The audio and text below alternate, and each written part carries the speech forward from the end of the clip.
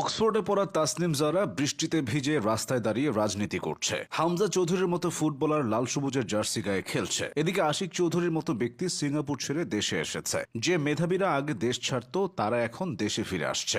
যোগ্য ওই ব্যক্তিরা সুযোগ পেলে দেশের চেহারা বদলে দেওয়ার সক্ষমতা রাখেন। কোন কোন মেধাবী কিভাবে দেশের হাল ধরছেন সে সম্পর্কে বিস্তারিত জেনে নিন। প্রথমেই তাসনিম জারা। ঢাকা মেডিকেল কলেজে পড়াশোনা শেষে তাসনিম জারা পড়েছেন বিশ্বসেরা অক্সফোর্ড বিশ্ববিদ্যালয়ে। কাজ করছেন দেশ বিদেশের সেরা সব প্রতিষ্ঠানের হয়ে। ভ্যাকসিন নিয়ে সচেতনতায় অসামান্য অবদান রাখায় যুক্তরাজ্য সরকার তাসনিম জারাকে ভ্যাকসিন লুমিনারি নামক বিশেষ সম্মাননা প্রদান করেছে। তার কাজ নিয়ে BBC, Times, sky news, Yahoo এবং দ্য ফিনান্সিয়াল টাইমসের মতো আন্তর্জাতিক মিডিয়া সংবাদ প্রচার করে। তাসনিম জারা বর্তমানে বিশ্বখ্যাত কেমব্রিজ বিশ্ববিদ্যালয় হাসপাতালে ইন্টারনাল মেডিসিনে বিশেষজ্ঞ ডাক্তার হিসেবে কাজ করছেন। চাইলে সহজেই বাইরের দেশে থেকে যেতে পারতেন, তবে দেশের রাজনৈতিক সংস্কৃতিতে নতুনত্ব যোগ করতে তিনি দেশে এসেছেন। এদিকে আশিক চৌধুরীকে দেখুন। আশিক, দেশের মানুষের সেবা করার সুযোগ এসেছে, আসবা নাকি? ডক্টর ইউনূসের এই একটা কথাতেই তিনি সিঙ্গাপুরের বিলাসী জীবন সেরেছেন। দেশে এসে দায়িত্ব নিয়েছেন বাংলাদেশ বিনিয়োগ উন্নয়ন কর্তৃপক্ষ তথা বিডার। নির্বাচিত সরকার ছাড়া বিনিয়োগকারীরা আগ্রহ পায় না, অথচ আশিক তার যোগ্যতার সর্বোচ্চটা নিংড়ে দিচ্ছেন। এদিকে ডক্টর ইমাদুর রহমান কিছুটা আড়ালে থেকে গেছেন। এই মানুষটির হাত ধরেই বাংলাদেশে এসেছে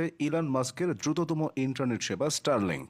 দেশের জন্য কাজ করতে ডক্টর ইমাদুর রহমান এরিকসনের মতো বড় কোম্পানি ছেড়ে এসেছেন। বর্তমানে তিনি বাংলাদেশ স্যাটেলাইট কোম্পানি লিমিটেড তথা বিএসসিএল এর ব্যবস্থাপনা পরিচালক। এই কোম্পানিটি 2017 সালে প্রতিষ্ঠার পর থেকে সেরকম লাভের মুখ দেখেনি। ডক্টর ইমাদুর রহমান দায়িত্ব নিয়েই সেটাকে লাভজনক করার পথে এগিয়ে নিচ্ছেন। সুইডেন ছেড়ে দেশে এসে এটাই তার প্রথম চাকরি। ইংলিশ প্রিমিয়ার লিগে খেলা হামজা চৌধুরী মাঠে নামবেন বাংলাদেশের জার্সি গায়ে। বিষয়টি একসময় কল্পনারও বাইরে ছিল, তবে সেটি এখন নিরেট বাস্তবতা। হামজা বাংলাদেশের হয়ে খেলতে এসেছেন, ইতোমধ্যে তার অভিষেকও হয়ে গেছে। হামজার আগমনে বাংলাদেশ এখন দক্ষিণ এশিয়ার সবচেয়ে দামি ফুটবল দল। হামজার মতো ফাহমিদুল, সামিদ সোমরাও শেকরের টানে খেলতে এসেছেন। মেধাবী এই মানুষরা দেশে ফিরলেও এখনো বড় একটা অংশ দেশের বাইরে থেকে গেছে, যাদের সংযুক্তিতেও লাভবান হতে পারে বাংলাদেশ। তেমনই একজন আমিনুল ইসলাম বুলবুল। হ্যাঁ, নামটা পরিচিতই। সাবেক ক্রিকেটার হিসেবে বুলবুলের অবদানটা সবার মনে আছে, তবে এখন তিনি আইসিসির একজন কর্মকর্তা। বিশ্বব্যাপী ক্রিকেট উন্নয়নের জন্য কাজ করে যাচ্ছেন মালয়েশিয়া, হংকং, চীন থেকে সুদূর অস্ট্রেলিয়া পর্যন্ত।